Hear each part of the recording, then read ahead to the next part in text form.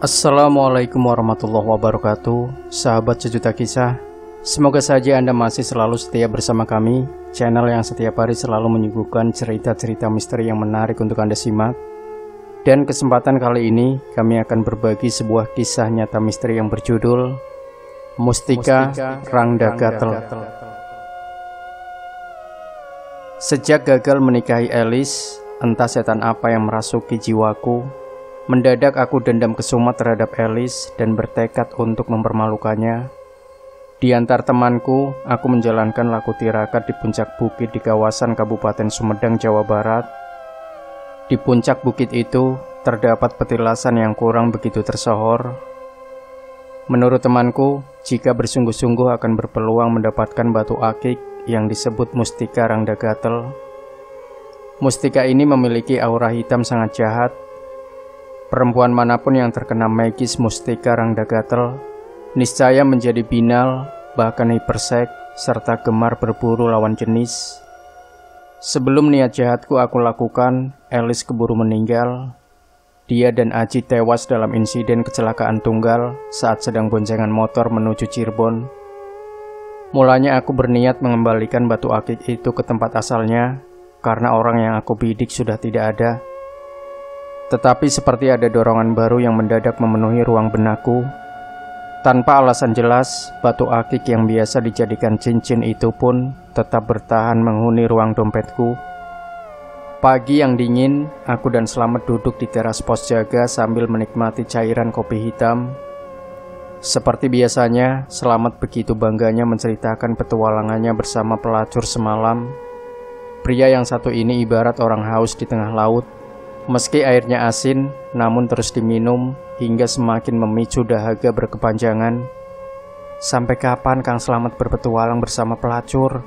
Ingat, usia terus bertambah, yang berarti mengurangi jatah hidup di alam fana ini, tanyaku. Ditanya menggunakan kiasan religi Islami, justru membuatnya cengengesan, bahkan tertawa kecil. Ujung-ujungnya dia menggunjingkan Umar yang dianggapnya terlalu usil terhadap kesukaan orang lain. Meskipun kurang suka atas gunjingannya, namun aku tak berselera untuk membela Umar. Sudah, tak ada untungnya ngobrol pertobatan segala macam. Yang penting dan agar kamu tahu, Yuliana sangat menyukaimu, katanya. Ngarang saja, mana mungkin janda seseksi dan secantik Yuliana mau-maunya ngarepin aku, seorang bujang madesu, alias masa depan suram, jawabku.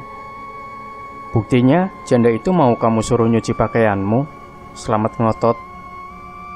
Sebelum aku jawab dengan ngotot pula, mendadak kupingku panas, manakala orang yang sedang diperdebatkan berdeham kecil di belakangku.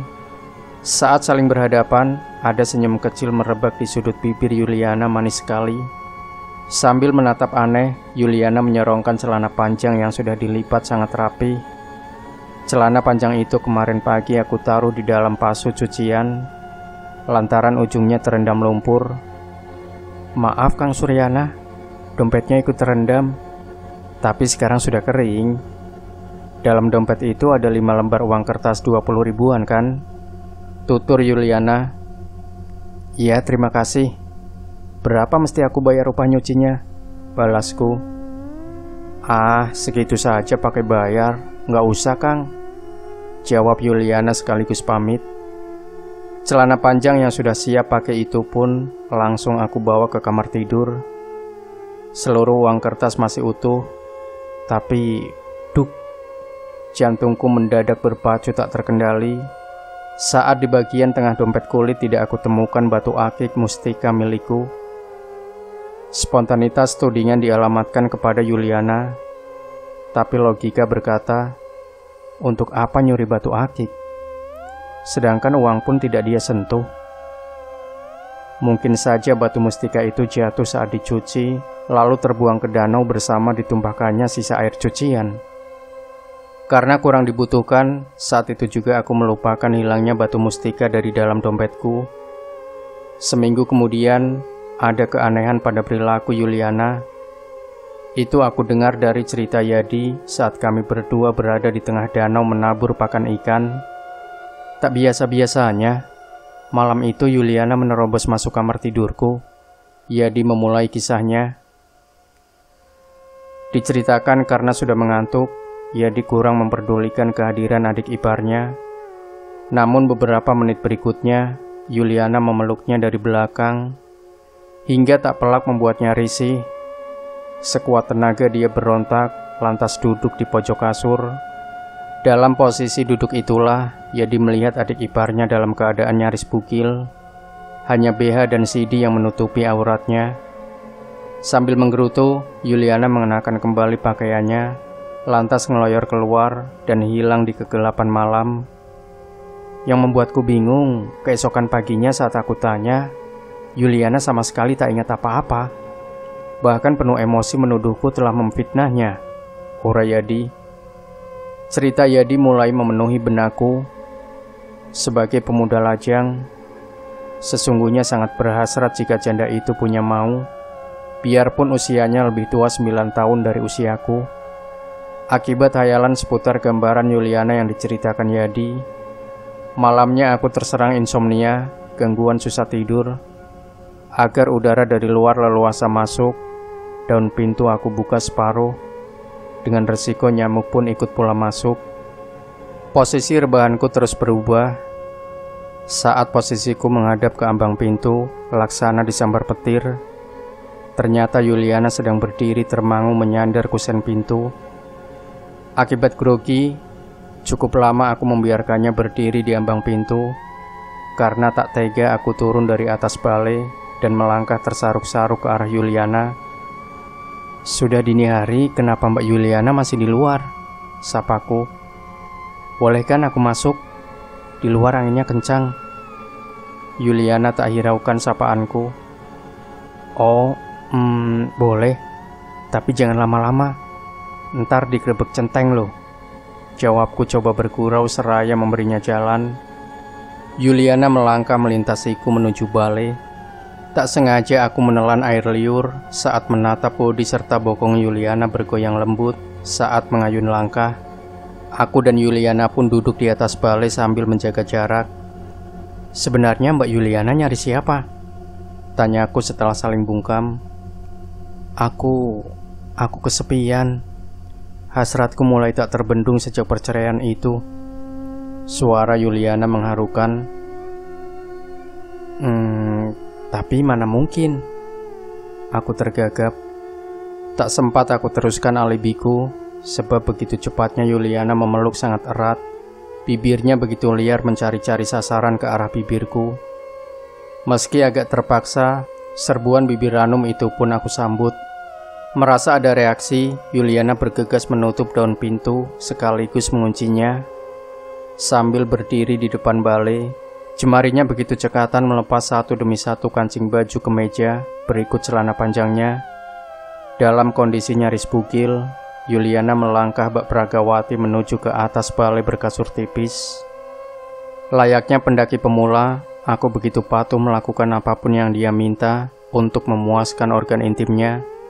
Dan setan-setan pun bersorak riang tatkala perbuatan intim di luar nikah itu terjadi.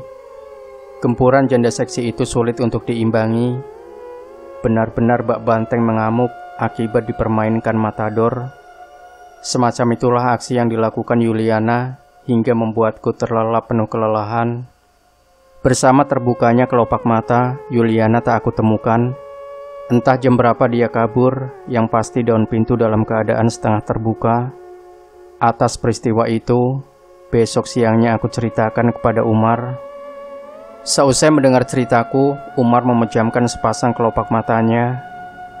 Mendadak tubuhnya bergetar hebat, lalu kembali tenang seperti semula. Dia menatap penuh kebencian ke arahku. Kamu telah menjerumuskan perempuan tak berdosa. Hari ini juga kamu harus mengambil batu mustika itu dari saku celana Yuliana. Kemungkinan dia tak sengaja menyimpannya, todong Umar. Tak tega jika dibiarkan berkepanjangan, bergegas aku hampiri Yuliana di ruang dapur. Agar tak curiga, aku memeluknya dari belakang seraya kubisikan ucapan terima kasih kunjungannya semalam.